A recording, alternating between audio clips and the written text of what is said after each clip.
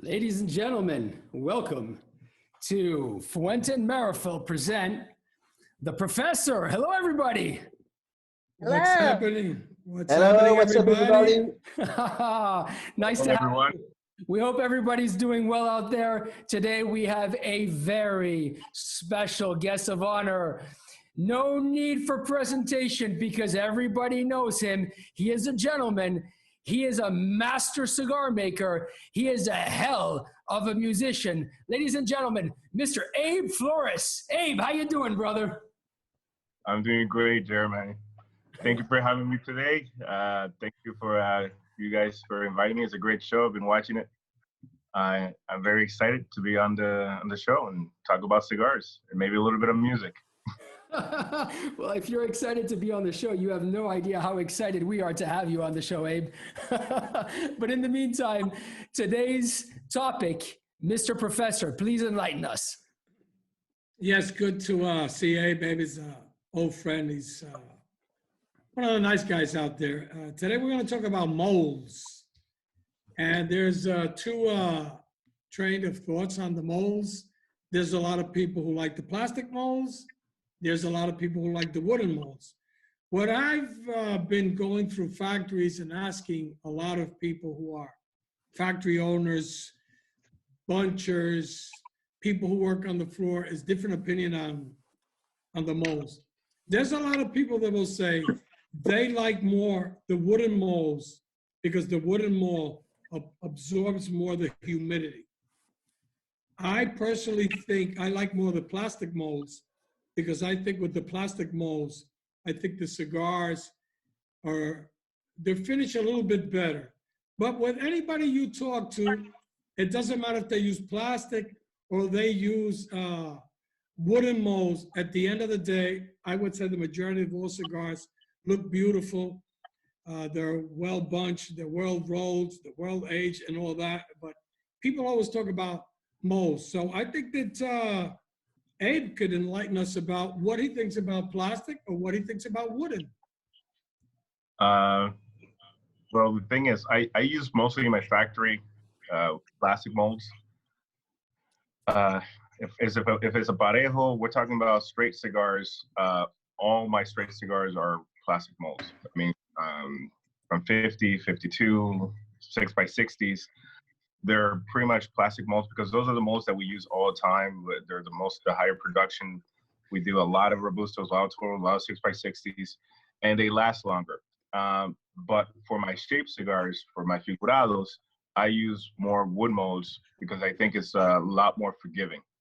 The production's not so high for me because we don't do a lot of shapes, but when we do limited distance and stuff, I do on wood molds. Because those usually are my best rollers and they know how to really get the best out of the wood mold.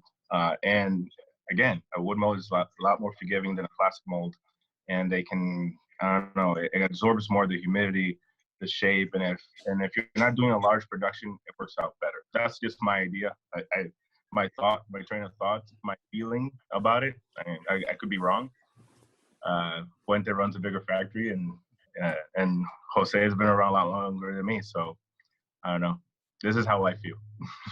No, there's nothing. I mean, it's about what you feel. It's like, you know, what your thoughts are, because like I've said during years, you know, every factory has different ways. And, you know, in Nicaragua, it's one day, Honduras one way, Cuba's one way, Dominican's another way. Now, one of the things about molds, about the wooden molds is that you have, let's say, in a plastic mold of 52, and it's as long as it doesn't break down, it'll always be a 52. But on a Exactly. wooden mold, what happens is that a 52 in a year could become A 52 54. and a half. Then a year later, it could be a 53. A year later, it could be a 54. So that is the only difference. Well, not the only difference. There's a lot of difference between them. But I know that molds, wooden molds in times, just get a little bit bigger and bigger and bigger and bigger and bigger. So you start off making 52s with then it's a Robusto, and then all of a sudden in 2 years, you're using them to make a 6x52 or Toro on them. Exactly. They just don't last.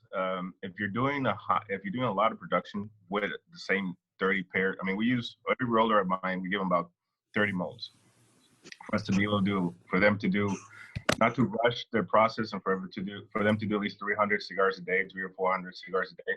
So if they're doing a large production daily, 2,000 humillad, whatever, a wood mold, as you know, if you're using every day for a year, it's eventually, and you know, a tabaquero is not going to treat the mold.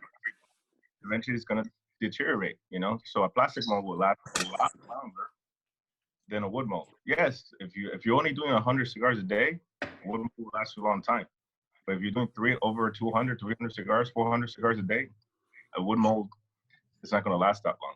As you said, eventually you start expanding.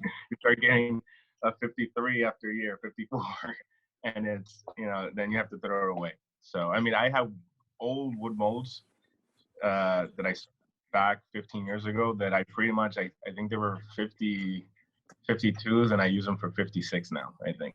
So.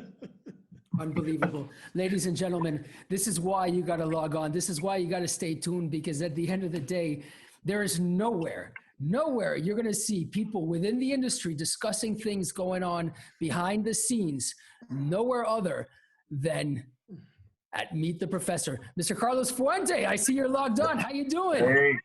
I'm doing great, man. Hello, Abe. Good to see you, brother. Good to see you too, hermano. Looking good, looking good. Thank Where are you. you? I see you're in a lounge somewhere. Where are you? I'm having a ball, man. A high ball. A high ball. Oh, you already started. I think. Well, I think it's what, 7 o'clock in Europe, 5 o'clock. I'm in the DR. I'm in the Dominican Republic, actually. I'm in Paradise. Oh, yes. Me too. We had to recreate the Casa Fuente of Las Vegas in Carlito's living room so that he could be on this show. All right, it's that time of the day. We got questions coming in from all of you guys, and it's time for Melanie in the hot spot. Melanie, question is yours. Oh, hello. Let's see if we can find a nice question going on. So this is a good one. Does wood and plastic have any influence on taste? Does wood and plastic have an influence on what? I think taste. So does the plastic mold have any particular influence on the taste? In my opinion, absolutely not.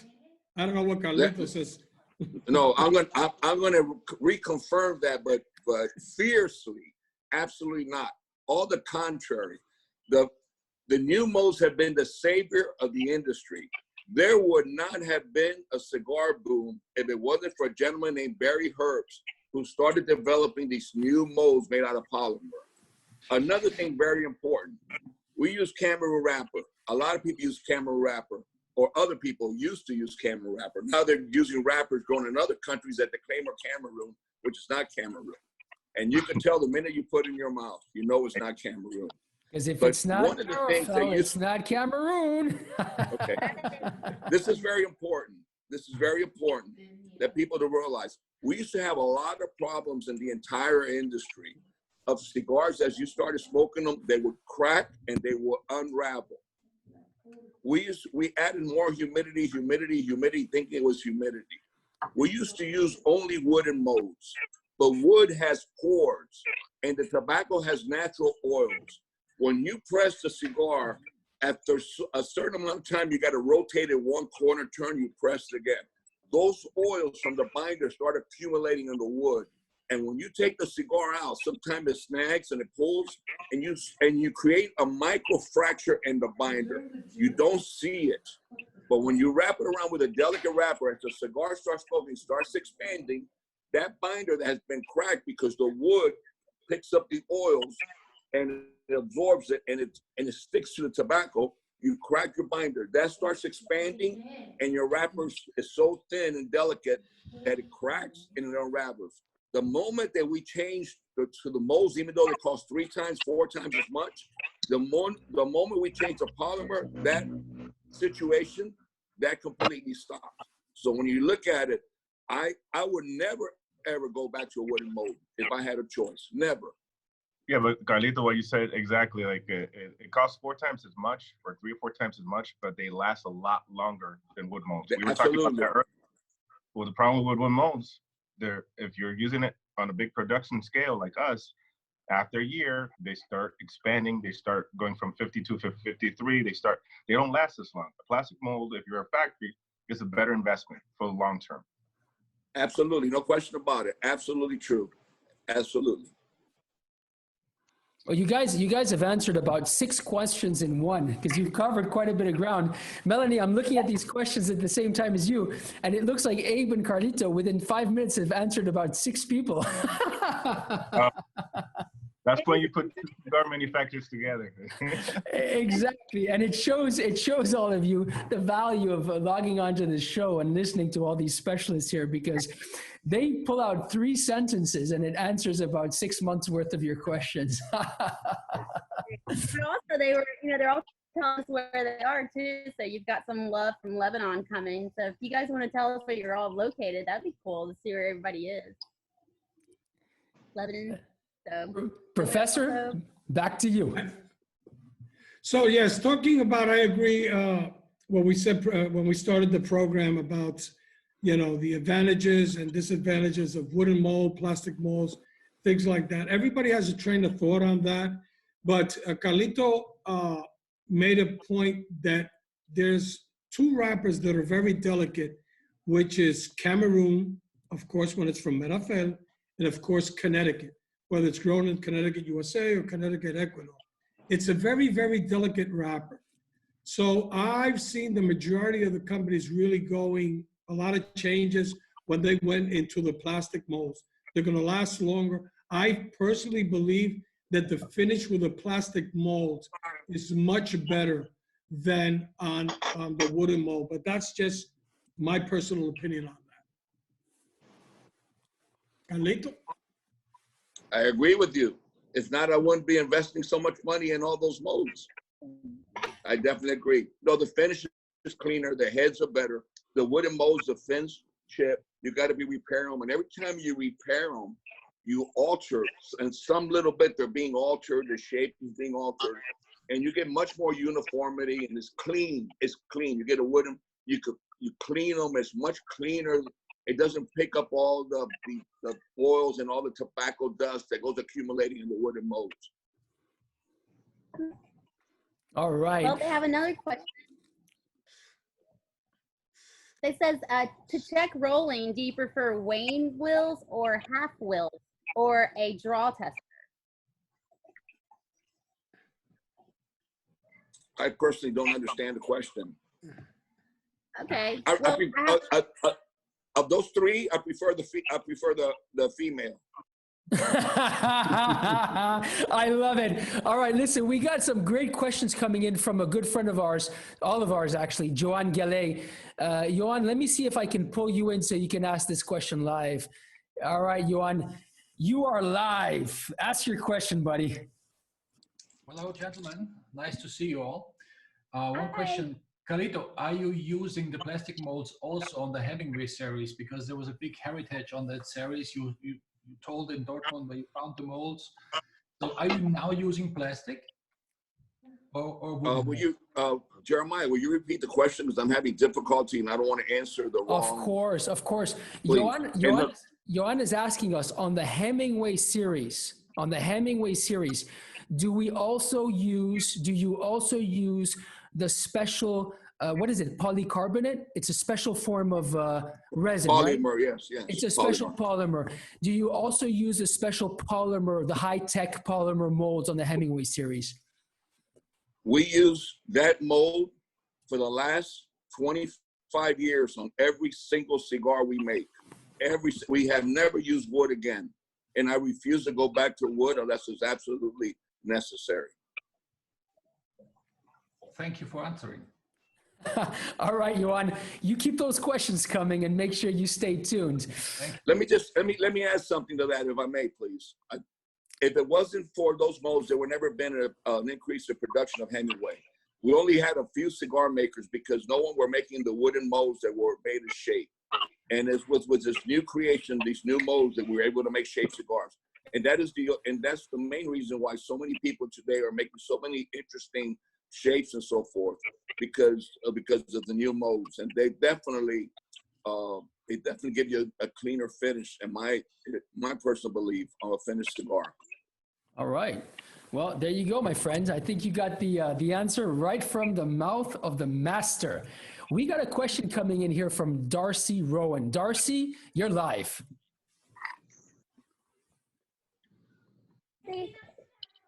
Oh, there we go. Can you guys hear me? Oh, yeah. Yep.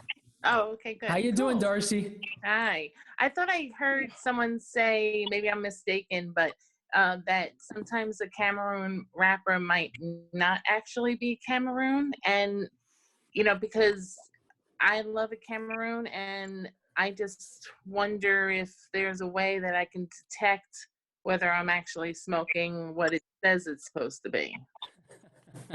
That is, she is a true sister of the law. She's known on Twitter as Robusto Babe.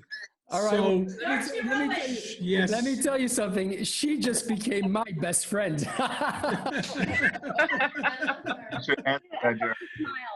She is one of the most passionate sisters of the leaf out there. She does a lot of herbs. She does a lot of support.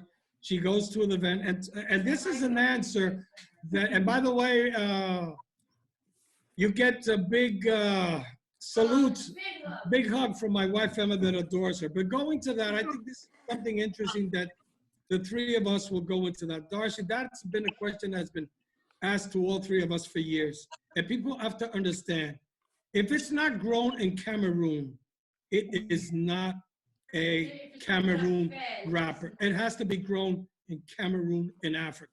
Now, you have a lot of people that grow that same seed in different countries and call it Cameroon. You can call it anything you want.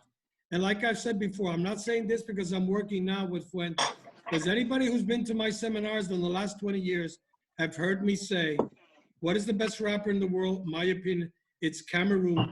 And if it's grown by the Meerapfel in Cameroon. And I think to talk about the uniqueness of this and what this has done for many of the amazing cigars that for the last 20, 30, 40 years Fuente has produced, I think that Carlito can enlighten us a little bit after that. And of course, Jeremiah could throw in his 2 cents too. Only 2 cents. All right, Carlito, why don't you answer this one then?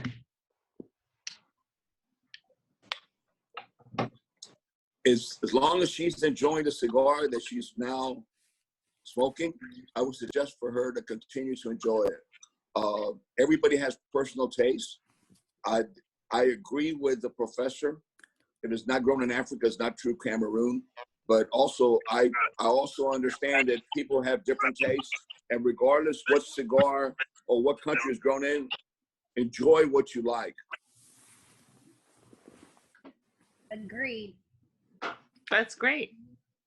Oh, 100%. Now, on a technical level, Darcy, the Cameroon wrapper is grown originally with an Indonesian seed, and so a seed from Sumatra. And so when it was brought to Cameroon, the seed started modifying itself. There started to be a movement in the type of material you're getting and the type of taste that you're getting. And it really adapted to the soil. So when we speak about Cameroon and when we speak about Indonesia, it's not only linked, obviously, to the seed, but it's also very heavily linked to the soil, to the environment, to the nature, and to this whole eco, this whole balance, which is giving it its unique flavor and its unique texture, appearance, the tooth. You know, often when you smoke Cameroon, you'll have like a little tooth on it and little white crystalline, which is linked to the unbelievably rich soils which we're growing on. Cameroon is one of the only wrappers on the world which is consistently grown on virgin land. And by having such rich rainforest lands, you're getting a very specific taste. Now, you can take that seed, or you can take the original Sumatra seed and try to grow it somewhere else. And you might get something which looks a little bit similar, but it sure as hell is not going to taste at all like it would if it was grown in certain very specific areas in Cameroon. And that's the second layer of complexity, which nobody speaks about either, is it's not because it's grown in Cameroon that it's actually going to taste like, for example, what you'll smoke on a Hemingway or a Donna Carlos or on a Casa Fuente. The Meerapfel Cameroon wrapper is grown in a very, very, very specific way in very, very, very specific regions. And these regions are isolated near the Central African Republic. This is the second densest forest in the world after the Amazon. It's the forest of the pygmies. And we grow it locally in the middle of the jungle with the local population. This has been done for many, many generations with my family, and before that, with the French monopoly. I know Carlito remembers those days, and so does Jose. So this goes back quite a long time. There's no secrets. There's no way of getting around this. It's a little bit like calling a Bentley a car. It is a car, absolutely, but so is a Volkswagen and so is a Mercedes. But you can't cut corners with a tobacco like this. You really need to go to the full extent.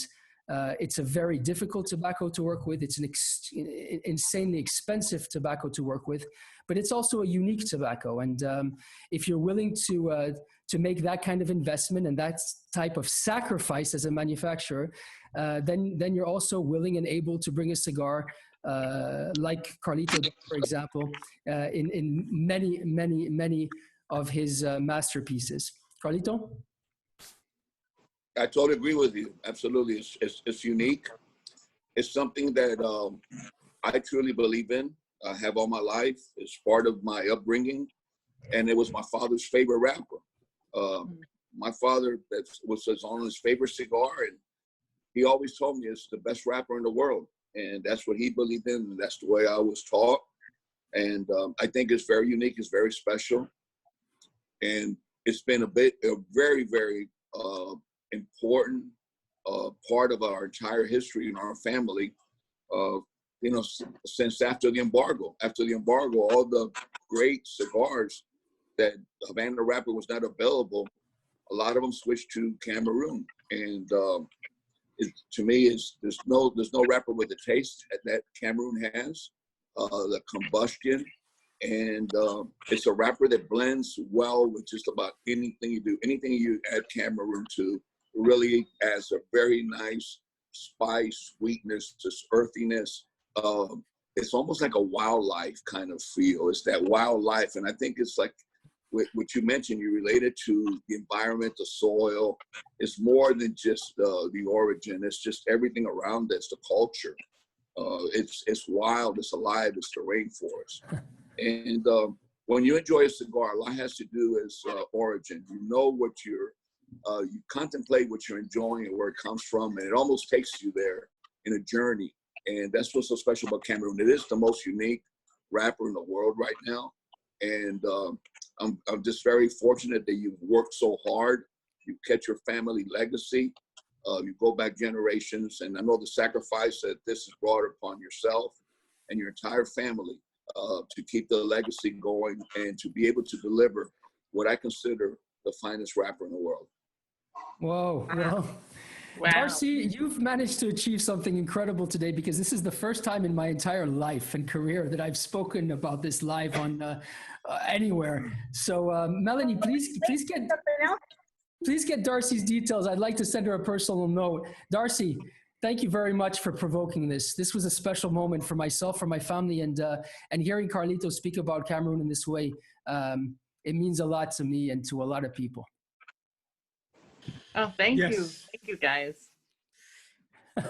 All right, stay tuned, and we're going on to the next question. Melanie.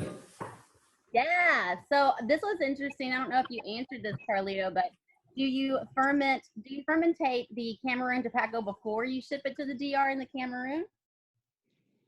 The Cameroon tobacco is all fermented by the Meerapfel family. Everything's already been sorted, fermented. It is sent in bales, and once we receive it in bales, then we further age it. The tobacco's aged, just kept. We age the tobacco. Then once that we're ready to use the tobacco that we feel has been aged to this maximum, then we resort it. We reselect the leaves. We regrade them, and then if necessary, we might give it just a little light heat or something necessary. But normally that's not the case with Cameroon. Cameroon is a very, very noble tobacco. You can smoke Cameroon, I believe, right? I have not done it, but right off the plant. And I think that it's that type of tobacco that even when it's young, it's delicious.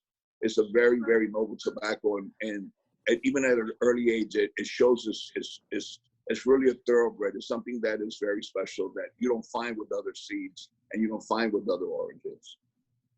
Wow. I agree 100%. All right, guys, let's get off the subject of Cameroon because I'm starting to blush here. Professor, let's talk about some molds, will you? Like we said, I think it's very clear, and I know that a lot of people that are hearing us are gonna be asking questions, what's really, how do you come up with the creativity of making molds? And yesterday we were talking about the shark. And I think it's a very unique mold. I know that Carlito has a big smile when we talk about the shark. Smile, Carlito, because the creation of the shark was very, very unique. It was something that when it came out, I know for a fact, a lot of people were just busting their brains trying to figure out how it was done and how you guys came up with that idea. So I think that's something that, since we're talking about molds again, maybe Carlito could give a small recap on really how the idea, for those who are tuning in today, came up with the shark, because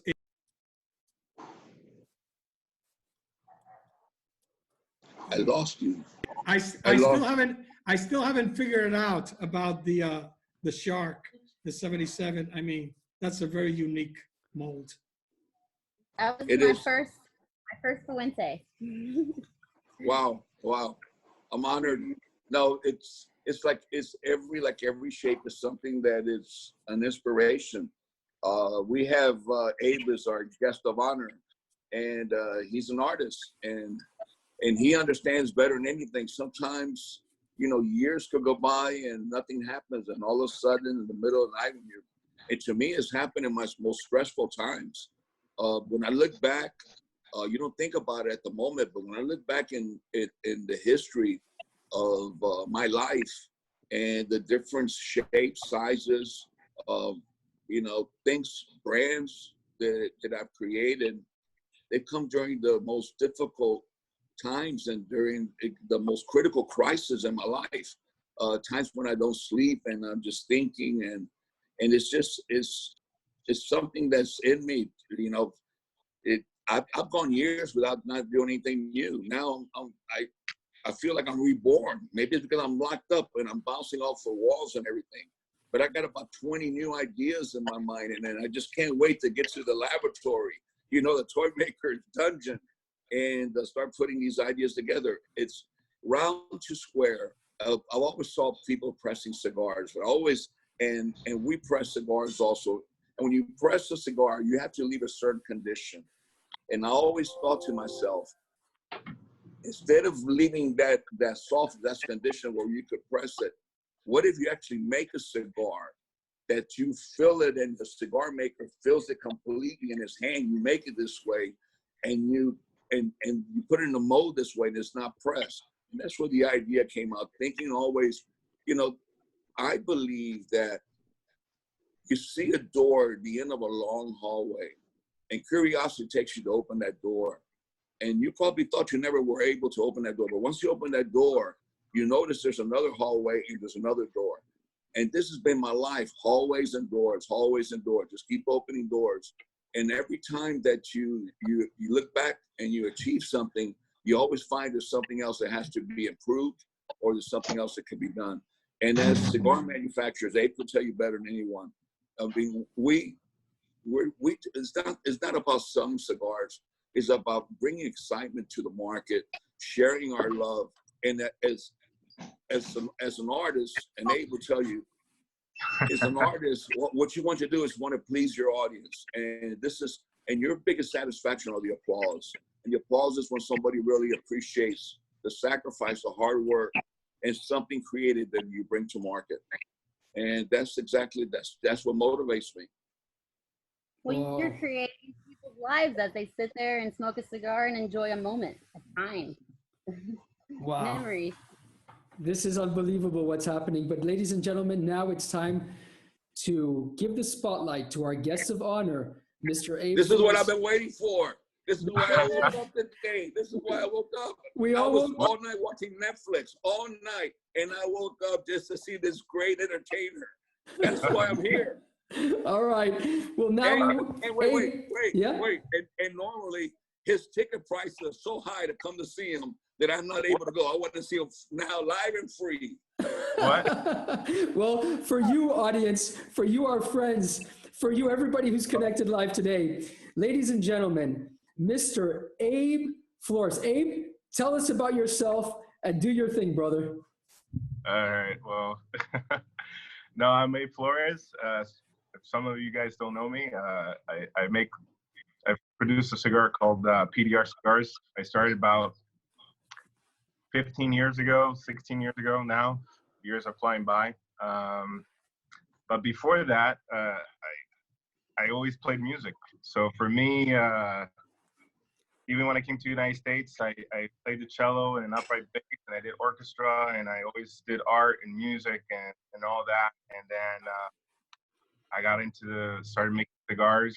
And one day in the factory, I started putting in, like, Carlito asked me, oh, you have a rose? Like, yeah, I got a rose from 95 that I bought sitting there, and I brought it to the factory. I started building my studio in the factory. So for me, making cigars is like creating a song. So everybody has their own techniques. Carlito has his own, like, he's an artist himself. He has his own style.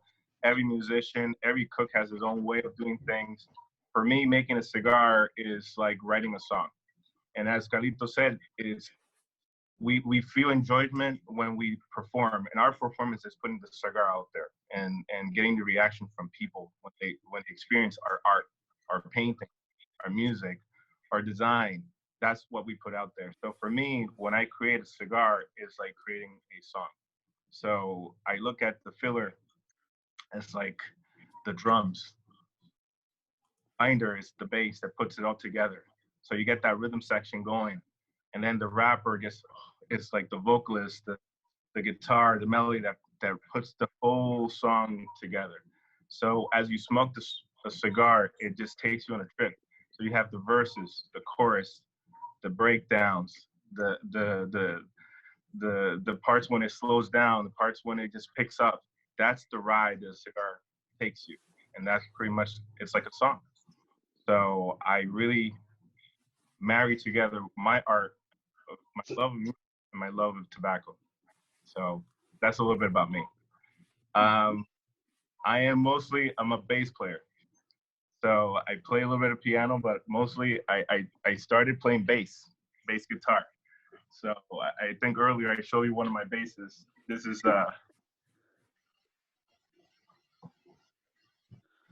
Oh yeah, I can this is see my it coming. this is my upright bass. So it's actually made by a company called Upton Bay out of Connecticut. They're a small boutique shop. They work out of a barn. It's right outside of Massachusetts Turnpike. Small, a couple guys. They actually smoke cigars too. They saw that I'm a bass player, and they offered to make me a custom bass from this old cherry bass. And I wanted something more vintage, like old school pegs. If you notice. Yeah, look at that. That wood peg mixed with steel. So, and you know, it's again, I'm a bass player. So.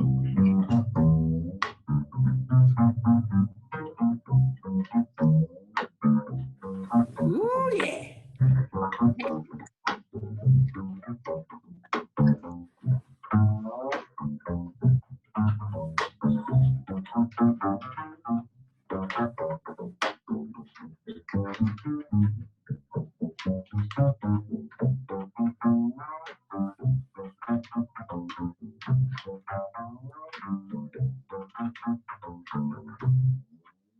Oh, a round of applause for Mr. Abe Flores. But now we need to hear Abe sing too, because he sings also, and he sings very well. I've been in some of his gigs, and the man can sing. So bring it on, Abe. You want me to sing a song? I'll sing you But one of course. Please. One song. Give me a second.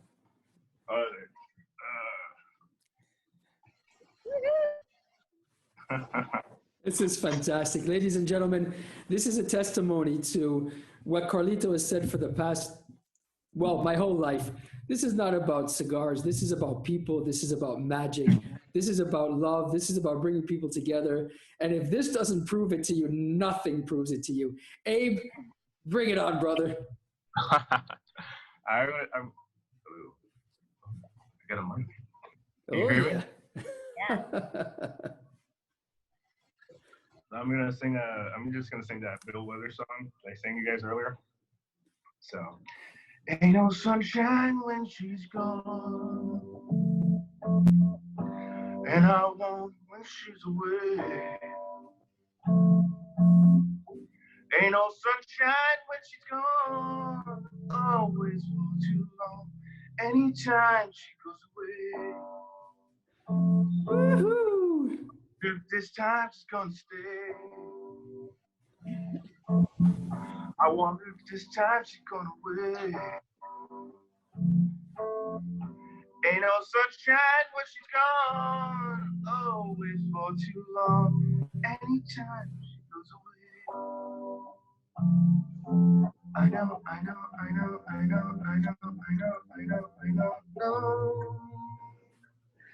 Ain't gonna leave that thing alone. Ain't no sunshine when she's gone. I guess I know That was amazing. That was amazing. Bravo, bravo. And you know what the she is in this song? The she is the cigar. That is so fun. I do that all the time when I'm listening to songs. I'm like, they're really talking about you. My cigar. All right, guys. Hey, that's absolutely amazing. And the way you describe creating a cigar, and you have proven to me once again that you're a true artist and you're a true tobacco man. And I'm very, very impressed, and I appreciate the way you described it and so forth. And you're absolutely right.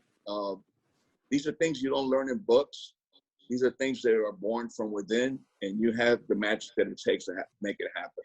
And I congratulate you. Thank you, Carlito. No, I agree. This is fantastic. Ladies and gentlemen, before we come back to Mr. Abe Flores, it's that time of the day. It's the time for Benoît's Baked. Benoît, on to you, brother. Hey, what's up, everybody? So, Hey! hello. Comment ça va? Ça va. Okay, so ready to know if I find it? Yes, very special one. It's not about animals today. It's about a woman.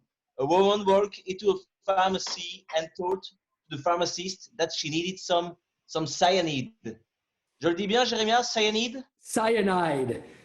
Cyanide. Cyanide. Okay, cyanide. It's what Thank you. it's what I need when I listen to you. Some cyanide. Cyanide. Voilà.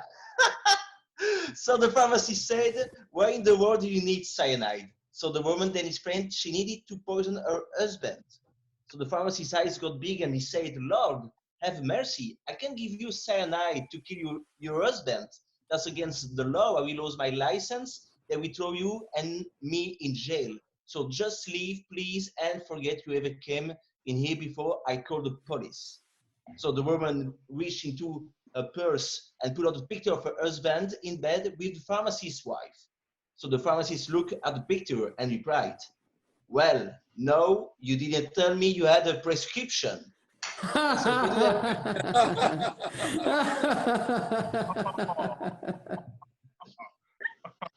Thank you, guys. All right. That was a good one. That was a good one, Sarah.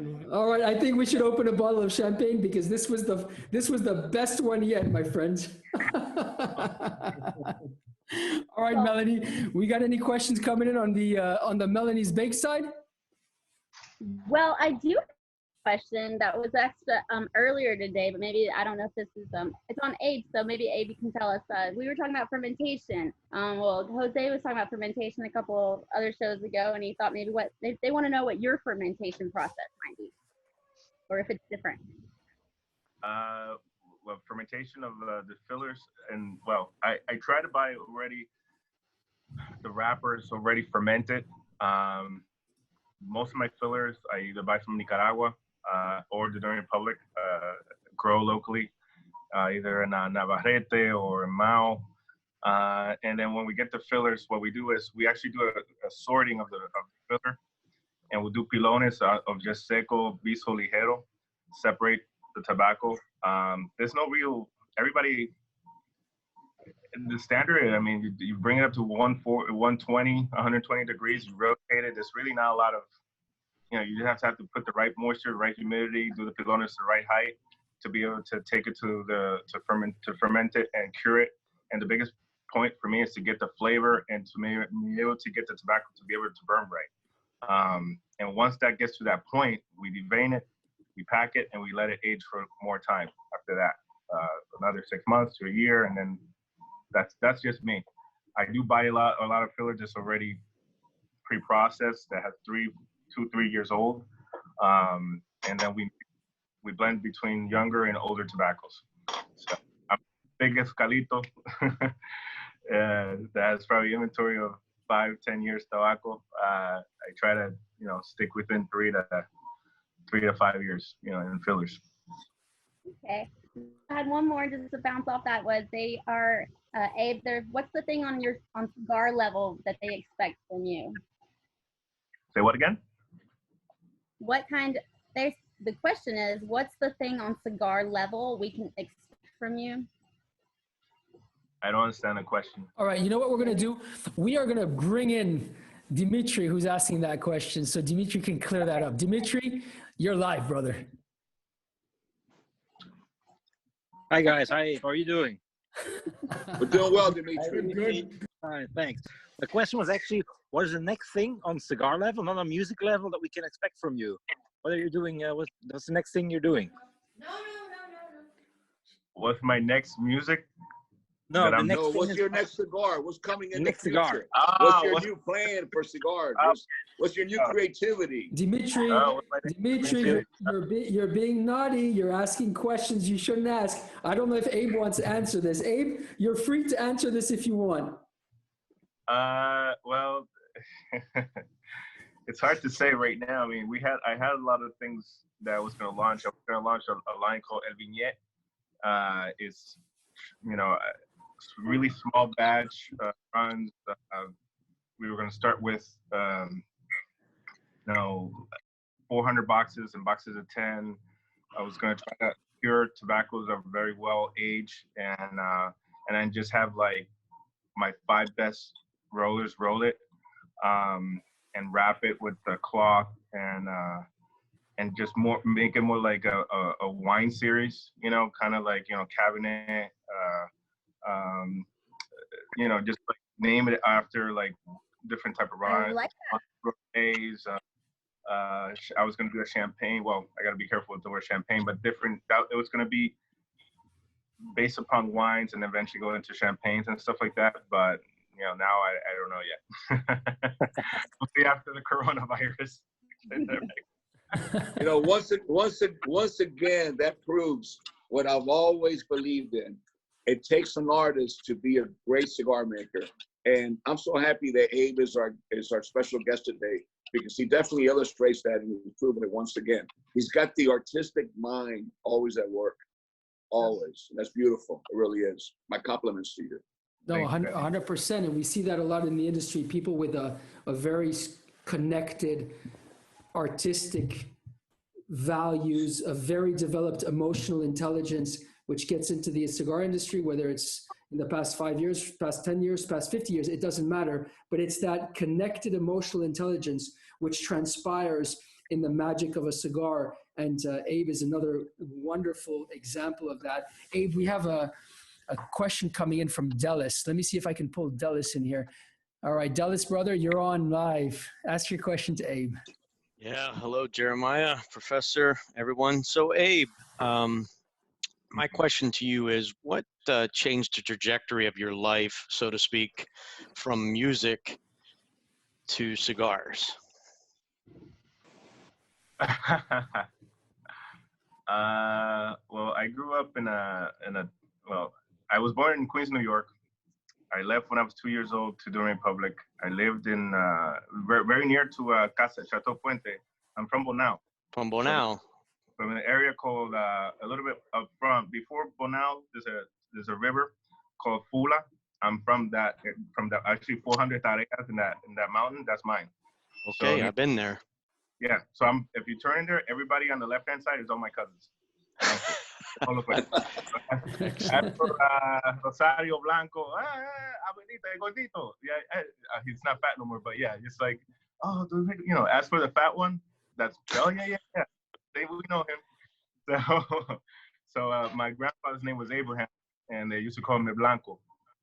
So he really he grew andullo and coffee in La Loma, and he used to sell the tobacco to the cigarette to Philip Morris and things like that, like Los Rubio, Tabaco Rubio and stuff. So he pretty much, I think, everybody in my family smokes. Everybody smokes. So since the little, my aunt will do pachuche, everybody toma un andullito, and then, you know, I think I think my grandfather or my aunt made me smoke a little bit and got me drunk. I think I was like 7 years old. I can't remember the first time I touched. I think they probably would have gone to jail if it would have been the United States. But since then, I always was around tobacco. So when I came to United States,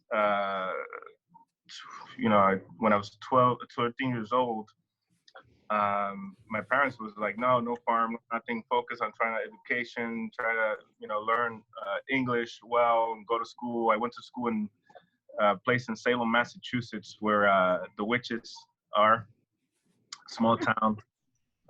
Actually, when I lived there, it was not so like crazy like it is now. Like Halloween was like, now they prepare 3 months before and 3 months after. It's like for 6 months, it's Halloween, Salem. But when I was there, they only talked about the witches like a little bit here and there. It was like just part of the culture. But now it's insane. They knocked down all downtown Salem, knocked down all those buildings, and made a huge parking lot just to bring buses, you know, down there just for tourists for Halloween. The economy for Salem is all about Halloween now. So I went to school there, went to high school, then I went to a small college called Merrimack College, and I started. I first tried to do pre-med, and then I changed my degree to MIS, Computer Marketing Science. Pretty much like SQL Server programming, building websites. So my cousin was selling cigars during the boom, and I always bought cigars from him, and I would sell it to my college roommates, to my high school, to my teachers, to my bosses, to everywhere, and that's how I got cigars for free. When I got out of school and I started working at certain, I think it was like 9/11, when everything fell apart, I was trying to get a job. I wanted to come back to the Republic, and I called the only person I could think of was La Aurora to try to get a job. And I called and I said, hey, do you have, an internship program or anything like that? And it's like, yeah, how much is it? If I get hired, how much you gonna pay? I think it was like 10,000 pesos a month. And I and I did the math, and it was like, oh, it's like $180 a month. I'm like, I make more than that building websites. So I decided to stay, and I got a job at a company called Tinderbox. Tinderbox was at that time one of the, I think, Carlito, I don't know if you can probably get in. No, absolutely agree. It was the biggest chain of high-end retail tobacconists in the United States. It was the best.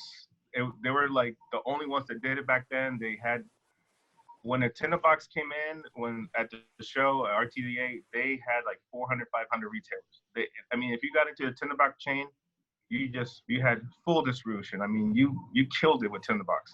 So they were the first chain, like they were like the McDonald's of the cigar industry. They had it all. I mean, it was high end, super high end, all high end.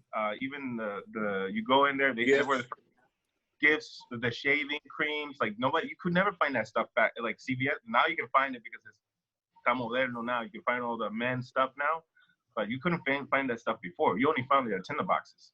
So they were the pioneers to do that. High-end cigars, high-end shops in the malls. They're 400, over 400. I think they got to 500 franchises. And they used to have like their own trade show and everything. So luckily they hired me to be their. They asked me like 3 questions. Do you speak Spanish? I say, yo soy dominicano. Do you smoke cigars? Like, yeah. You build websites? Like, here are the sites that I build. Can you manage our database? Like, yeah, sure. So I came in and I worked on their site and managed the distribution. And I did their back end, and their accounting system, the call center, the distribution system. And it was right when it was, well, the Tinderbox before was Danny Blumenthal. And then, yeah. And then Gary Blumenthal was his nephew, took over, and Wayne Best, those guys together. So good guys. You look a hell of a lot younger than what you actually are demonstrating. I know. See, Gary was a character. Oh yeah. Yes, I'm talking about old time stuff that if you haven't been in the industry for 20 years, you won't know. But people look at me now and I lost 180 pounds, so I look a lot younger. But yeah, I mean, Gary was a character. He was un loco. But I felt that, at the time, I smoked my cigars. I worked really hard getting all their infrastructure together. And they had a buyer and a guy who was in charge of distribution, this old Puerto Rican guy who was in charge of really designing the cigars. And he was under me. And, I was the director. I was a younger guy, young kid. I was the boss pretty much of a bunch of guys who've been around tobacco for a while, telling them what to do and building the site and launching campaigns and telling them what to buy and putting content up. And that's really what I focus on. But when people started coming in to see me or see the warehouse, the distribution center, they started talking to him, and then they would go by my office, and they saw me, and they started becoming friends with me. Eventually, they told me, like, hey, you know more about tobacco than these guys, than that guy. You should actually be involved with buying tobacco. And then realized that I knew more than, or I had more of a passion for cigars than the guy we had in buying. I told the owner, I said, hey, Gary, just pay me a little bit more, save the salary. I'll run it. I'll hire a couple more people to help me with the marketing and the programming, and I'll run everything. And that's how I really started with Tinderbox.com. I started traveling. I came down. I think there's a picture of me and you. But I remember Jose Blanco when I came down with this guy, un blanquito, many years ago. This picture you made together in La Aurora, and then I came down, met with Hanky, and I went to you, Carlito, and I visited all the factories, and I started getting involved with the manufacturing, Daniel Nunez, Carrillo and Calle Ocho, and I started like getting involved more and more and more. And eventually I realized I love retail. I love what I was doing. I love the program, but I really wanted to get into making cigars. Still doing music. I recorded an album, I put it out and did things, but really the tobacco just took over my whole life. And I found an avenue. I don't know, I just like, once tobacco grabbed to my heart, I just like left everything and just focused 100% and trying to build a career with tobacco. So Wonderful. I started Thank you. factory 15 years and I'm here. I'd like to, please, if you allow me, you touched something that to me is so important. Your love for the industry, your love for cigars, your heritage, your upbringing, and how you always come back home. And I think the industry is so fortunate to have young, creative people, new blood in the industry. This is something that I believe in so dearly because I was born in a little wooden house with a tin roof in Ybor City, and everybody starts somewhere. And I don't forget where we came from. And I with everything we're facing now with the FDA and all these struggles, and now with this virus, my biggest concern is that we have to, as a family that we are all one. It is very important for the young, the new, to continue to be encouraged to come into the industry. And we have to give them the support, because if you look at all the creativity and everything, it's coming from the new blood that's coming in. And I'm already an old man, and I got my kids pushing me, Dad, why aren't you doing this and that and that? And you know what? Put a tattoo across your face that says, you know, open sex. And, you know, I said, listen, I'm an old man, I'm an old school guy, but I really believe in the young, I believe in the new, and I believe in the injection of new blood. And that's what you brought to our industry, Abe. And I wish you all the best and continued success and continue creating. Don't forget where you come from and continue giving back. And that's exactly what you're doing. You're paying tribute to your heritage, to your family. And those that are not with us anymore are looking down, they're smiling, very proud of it. Absolutely. Absolutely. Absolutely. Absolutely. Abe, you've got a big heart. You've got big talent. You make damn good cigars. And it was an honor for you to be on the show with us today. We thank you very, very, very much. Ladies and gentlemen, it's that time of the day. Time has run out again. We could sit here for the next hours, days, and weeks and continue talking to Abe. I hope he'll be back on the show with us soon, because there are hundreds and hundreds of questions which are coming in, which we're just not able to answer because of time. Melanie, would you like to tell everybody how they could watch this on YouTube if they've missed us live today? Yes. So you can catch us on YouTube. If you look up currently, if you look up Fuente and Meerapfel, you'll find it. I'll also put it in the remarks right here. But I just made our website go live. So our website will have all that information that you can go directly to and click it, and it is thefuenteshow.com. And there'll be more information coming on there, so just keep checking back. There'll be more shows that pop up on there. So it's just a great place for you guys to go and at least get to our show every day at 11. All right. Thank you, Melanie. So if you didn't get that, it's thefuenteshow.com. The website is live. It's going to be tweaked up, but it's a start. It gives you guys somewhere to go and check out all the links to the YouTube channel. Fuente and Meerapfel present The Professor. Ladies and gentlemen, thank you for tuning in. Abe, thank you very much for joining us. And to everybody else today, be safe, take care of yourselves and of others. Bye-bye for now. Thanks, Abe. Bye, Bye, guys. everybody. Bye-bye. Bye. Bye.